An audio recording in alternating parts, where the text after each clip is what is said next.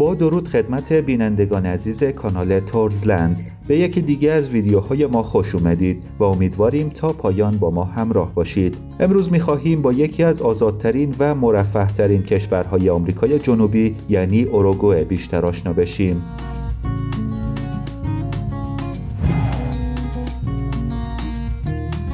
نام اوروگوئه به معنی رودخانه پرندگان رنگین است و یک کلمه در زبان گوارانی است که توسط بومیان منطقه استفاده میشه. این کشور دارای ساحل اقیانوس اطلس جنوبی است و مانند یک نگین انگشتر بین آرژانتین و برزیل میدرخشه. برای سفر به کشور اوروگوئه بهتر است بدونید که به دلیل مکانهای بی‌نظیر و سرسبز و همچنین سواحل صخره‌ای شناخته شده معروف است. کشور اوروگوئه یکی از بهترین کشورهای آمریکای جنوبی معرفی شده است.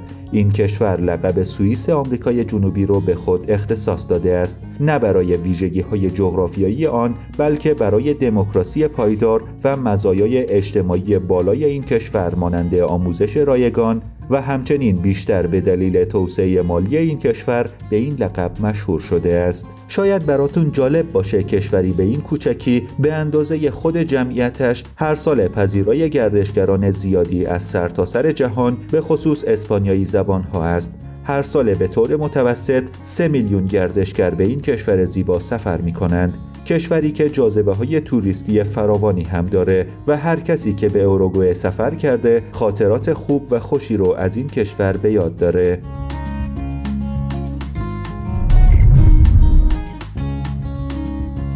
اوروگوئه با نام رسمی جمهوری شرقی اوروگوئه کشوری است که در جنوب شرقی آمریکای لاتین واقع شده است. این کشور از سمت شمال با برزیل، از غرب با رود اوروگوئه، از جنوب غربی با دهانه رودخانه پارانا، از جنوب با آرژانتین و از جنوب شرقی با اقیانوس اطلس محدود میشه.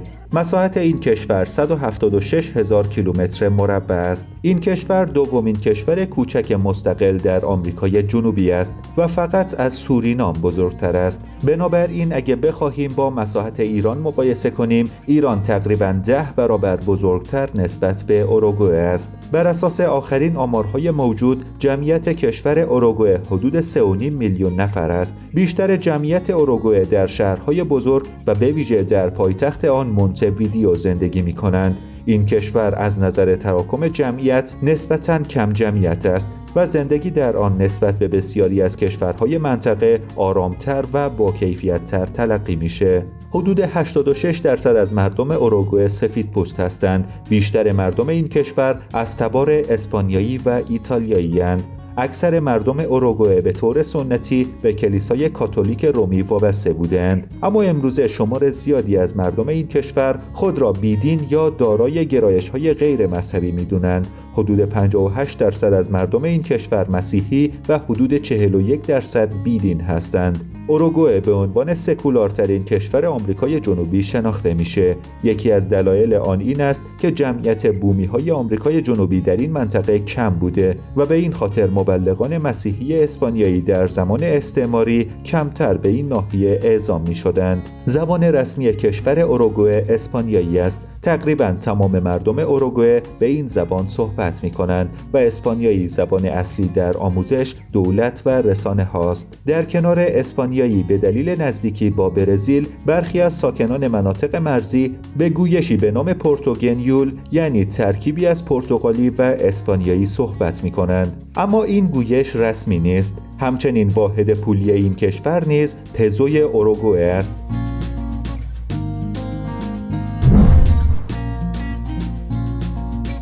پایتخت کشور اوروگوئه شهر مونته‌ویدئو است. مونته‌ویدئو بزرگترین شهر و مرکز سیاسی، اقتصادی و فرهنگی اوروگوئه است و بیش از نیمی از جمعیت این کشور در این شهر و حومه آن زندگی می‌کنند. این شهر در کرانه جنوبی اوروگوئه و در کنار رودخانه پلاته واقع شده و یکی از مهمترین بنادر منطقه به شمار میاد. مونته‌ویدئو همچنین به دلیل داشتن سواحل زیبا، معماری استعماری و فضاهای فرهنگی و هنری مقصدی محبوب برای گردشگران است و به عنوان یکی از امن‌ترین و با کیفیت‌ترین شهرهای زندگی در آمریکای لاتین شناخته میشه.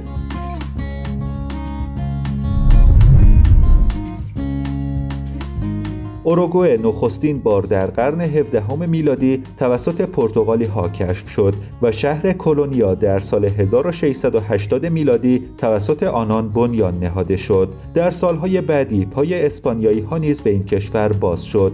اسپانیایی‌ها در اوایل سده 18 شهر مونته‌ویدئو را تأسیس کردند. در سده‌های 17 و 18 میلادی جنگ‌هایی بر سر مالکیت اوروگوئه بین اسپانیا و پرتغال در گرفت که منجر به پیروزی اسپانیا شد.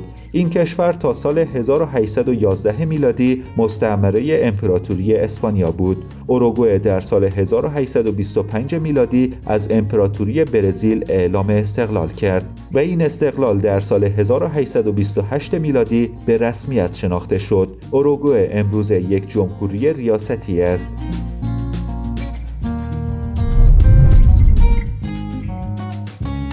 این کشور در رتبه یکی از پیشرفته‌ترین و مرفه‌ترین کشورهای آمریکای لاتین قرار دارد. بخش کشاورزی، دامداری و ماهیگیری مهمترین بخش‌های اقتصادی در اوروگوئه به شمار می‌آیند. بیش از 15% از سهم تولید ناخالص داخلی کشور به بخش کشاورزی و دامداری اختصاص دارد. برنج، گندم، جو، ذرت، تخم آفتابگردان، سویا، حبوبات، سبزیجات، تره‌بار، توتون، تنباکو، دانه‌های روغنی و انواع میوه از فرآورده‌های کشاورزی هستند. متوسط درآمد ماهانه مردم اوروگوئه حدود 700 تا 800 دلار آمریکا است. این مبلغ بسته به شغل، سطح تحصیلات و منطقه سکونت افراد متغیر است، به طوری که درآمدها در شهر مونته‌ویدئو به طور معمول بالاتر از مناطق روستایی و شهرهای کوچکتر است. اوروگوئه یکی از کشورهای باثبات و دارای سطح زندگی مناسب در آمریکای لاتین محسوب میشه و حداقل دستمزد در این کشور توسط دولت تعیین و هر ساله تعدیل میشه.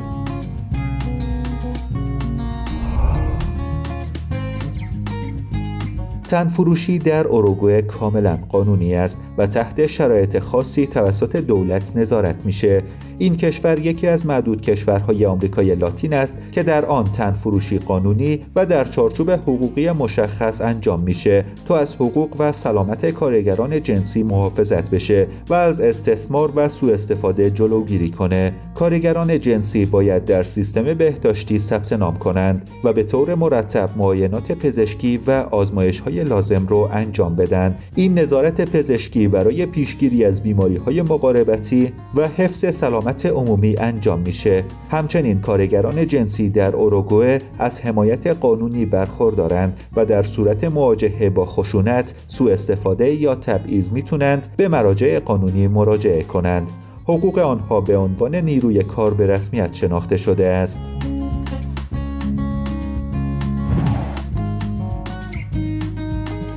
اوروگوئه در سال 2013 اولین کشوری در جهان شد که مصرف، تولید و فروش ماریجوانا را تحت نظارت دولت قانونی کرد. این اقدام با هدف کاهش جرایم مرتبط با مواد مخدر و کنترل مصرف آن انجام شد. اوروگوئه حدود 3.5 میلیون نفر جمعیت داره، در حالی که گاوهای این کشور به بیش از 12 میلیون رأس میرسند. به عبارتی تعداد گاوها تقریباً 4 برابر جمعیت انسان هاست و این امر اوروگوئه رو به یکی از بزرگترین تولید کنندگان گوشت گاو در جهان تبدیل کرده است. اوروگوئه به دلیل پایبندی به آزادی‌های مدنی و حقوق بشر شناخته میشه. این کشور از اولین کشورهای منطقه بود که ازدواج همجنسگرایان و قانون سقط جنین رو به رسمیت شناخت. همچنین این کشور به دلیل نرخ پایین جرم و جنایت یکی از امن‌ترین کشورهای این منطقه به حساب میاد.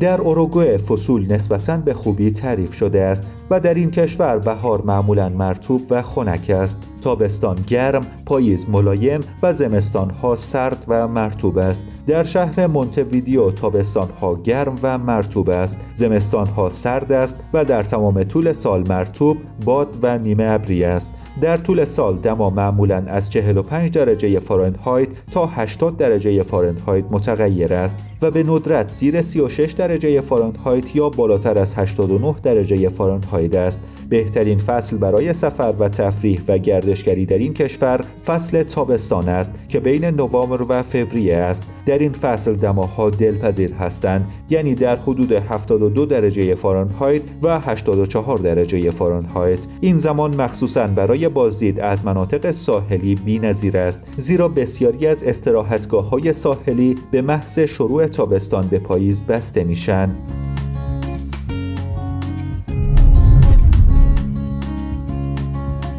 اوروگوئه کشوری مهاجرپذیر است و مهاجران عمدتاً از کارگران دارای مهارت و افراد دارای تحصیلات عالی هستند که به دنبال فرصت‌های بهتری در خارج از کشور خود میباشند. همچنین این کشور گردشگران و بازدید کنندگان زیادی داره. معروفترین ساحل اوروگوئه پونتا دل ایسته به شمار میره. منطقه تفریحی است که در آن مدل‌ها، بازیگران و سرمایه‌داران برای استراحت، بازی و غیره به آنجا سفر میکنند. بدون شک جاذبه اصلی پونتا در سفر به اوروگوئه ساحل پوشیده از ماسه‌های طلایی ریز است، اما این منطقه همچنین محل استقرار تعدادی از نهنگ‌های اصیل جنوبی است. برای دوستداران طبیعت، علاقه‌مندان پرندگان و کسانی که به دنبال محیط آرامش بخش هستند، محیط بی‌نظیری است و به آنها پیشنهاد میشه. این ساحل توسط گونه‌های زیادی از پرندگان بومی و مهاجر احاطه شده است. برای مشاهده کردن آثار زیبا در اماکن مذهبی در مونته‌ویدئو، در سفر به اوروگوئه از کلیسای سان فرانسیسکو دیدن کنید. معمار این کلیسا ویکتور ربو است. او 4 نمازخانه رو در بین دکوراسیون‌های دارای گلدان‌های گل رز و نمای کلاسیک پیشنهاد کرد. همچنین کلیسای جامع متروپولیتن نماینده کلیسای اصلی کاتولیک در پایتخت کشور اوروگوئه است. قدمت آن به سال 1740 مربوط میشه و در سیوداد ویجا واقع شده است. این کلیسا از مکانهایی است که در سفر به اوروگوئه باید حتما از آن دیدن کنید. در این کلیسا آثاری از پاپ خوان پابلوی دوم به عنوان نشانه‌هایی از حضور او حفظ شده است. مکانهای طبیعی و آثار تاریخی بسیار زیاد دیگری در این کشور وجود داره که بسیار معروف و شناخته شده هستند. اوروگوئه با وجود کوچکی به دلیل دستاوردهای اجتماعی و سیاسی و فرهنگ خاص خود جایگاه ویژه‌ای در جهان داره و الگویی برای بسیاری از کشورهای منطقه محسوب میشه.